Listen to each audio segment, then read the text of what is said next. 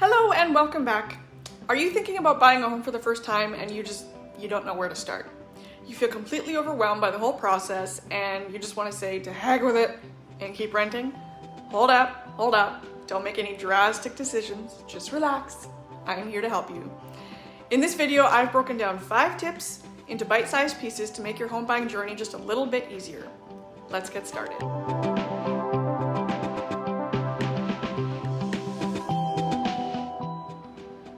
Tip number 1, get pre-approved for a mortgage.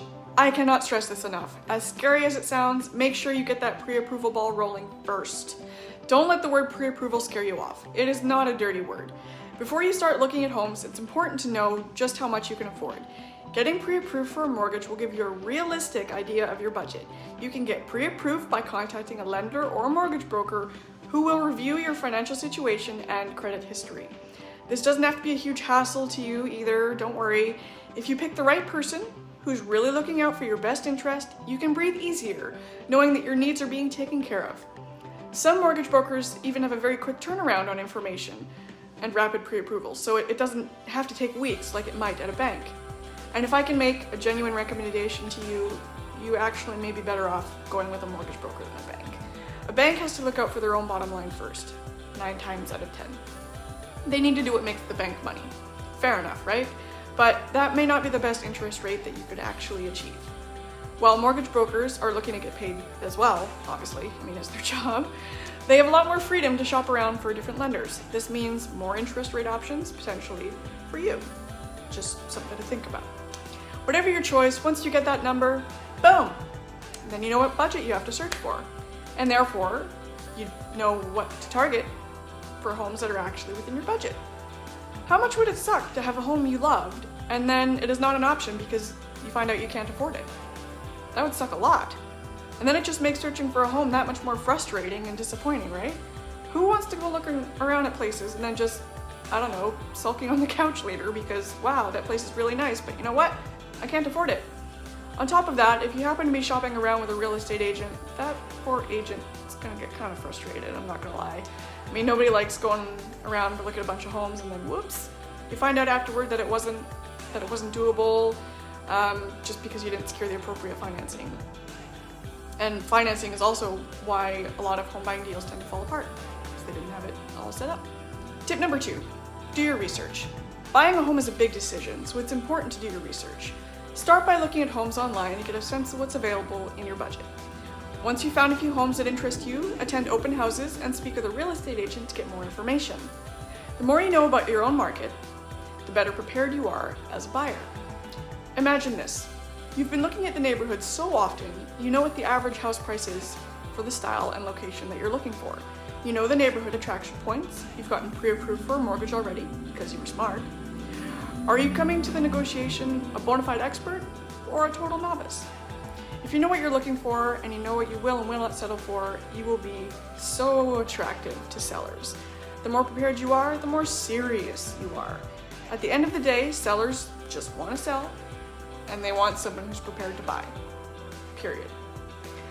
Open houses are a great tool to utilize. Most buyers don't end up putting an offer down on an open house. I think it's something like 1%, so it's super low. But it's a fantastic resource to get the lay of the land and see the inside of homes that may genuinely, or may genuinely not, suit your interests. Sometimes pictures look fantastic after all, don't they? We've all seen that. Amazing picture quality, they look amazing, fantastic.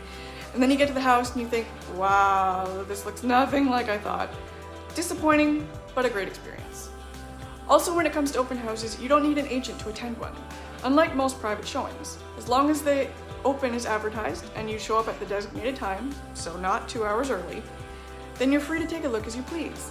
Sign in, have a look around, imagine yourself in the home. It's a great way to get your feet wet if the idea of looking for a new house seems intimidating and scary. Besides, who doesn't love a little window shopping, right? Just don't tell the other agents I said that. Tip number 3, when budgeting for your home purchase, don't forget about closing costs. These are fees associated with the purchase that you will need to pay upfront, such as legal fees, property transfer tax, and home inspection fees. Be sure to factor these costs into your budget. You can estimate that they are roughly about 1.5% of the purchase price in total. Consider that these fees do not form part of the mortgage. These are due at completion. Therefore, it is crucial to account for these expenses with any home that you may be looking at purchasing. If you are already reaching to the top of your budget, do you have enough to cover?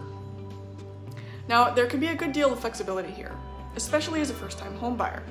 For example, as a general rule of thumb, first-time buyers may be exempt from property transfer tax if the home purchase is below $500,000 in fair market value and the size is below 0.5 hectares. This is called the First-Time Home Buyers Program. If you would like more information on this program, I will post a link in the description box below for you to check it out. In addition to this, feel free to shop around for your preferred lawyer or notary. A lawyer will charge more, however, for the purposes of closing, you can choose either one. It's entirely up to you. And then within that subset, they don't all charge the same amounts. So definitely do some homework, interview several different people if you wish. And of course, do not skip the home inspection fees in order to save money. No again. Guaranteed for any home inspection that turns up nothing, and as frustrating as that may be, it will be the one you decide to forego that will have turned up the worst issues. Isn't that Murphy's Law? A mistake like this would ultimately cost you a lot more money in the long run. This could include structure issues, health and safety issues, or even just pest control.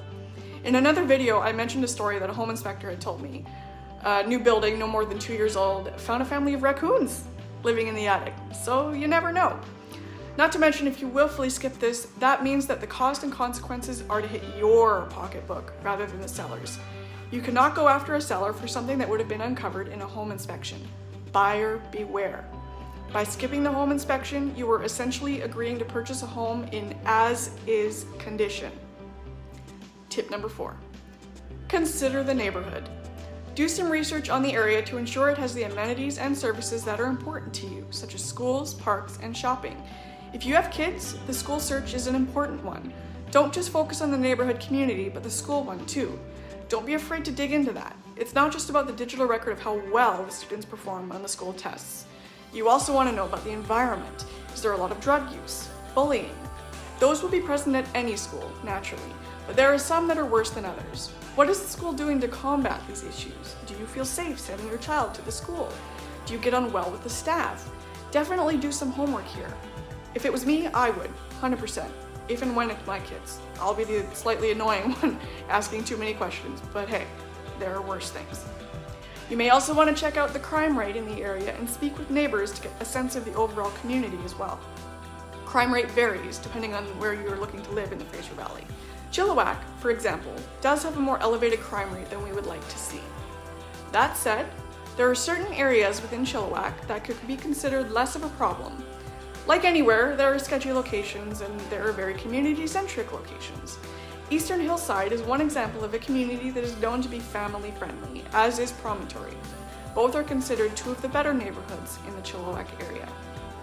And of course, don't forget the community itself. How much do you want to be part of your neighborhood? I know it's kind of an old idea. I mean, do we even know our neighbors anymore? Do we know their names? Like, I feel like a lot of us don't. We're all a little shy when it comes to opening our doors these days. Thank you, COVID. And as a result, I don't even know what my neighbor's name is. I don't know. But I can tell you that they're certainly very private people, just judging from the various no trespassing signs and private property notices they have dispersed up and down their very solid barbed wire topped fence. Something tells me that they would not welcome a knock on the door and well, it's entirely cliche, welcome to the neighborhood pie. I don't think they want something like that. So when you're looking at your neighborhood, pick wisely. Don't pick one that has everybody hiding behind a giant fence if that's not what you're into. It's all in the vibe sometimes. I mean, take a drive around, get a feel for it, look for community-centric events, anything that you can get your hands into to assess the community, do it. Ensure shopping and resources are also close by. Medical care is an especially important one if you or one of your children happens to need access to healthcare services. Tip number 5, hire a real estate agent. An experienced agent can help you find the right home, negotiate the price, and guide you through the closing process. They can also provide valuable insights into the local market. Having an agent to help you with this purchase is an important move, and ensure that you make this choice carefully. Make sure that you choose someone you vibe with. Don't just jump in with the first agent that you see on a billboard. They may be popular, they may even have a great track record, they may be fantastic. But that doesn't always mean that they're the agent for you. You have to vibe with the person. The better you get along with your agent, the more likely they are to genuinely be working in your best interest. I mean, they should be anyway, but still, right?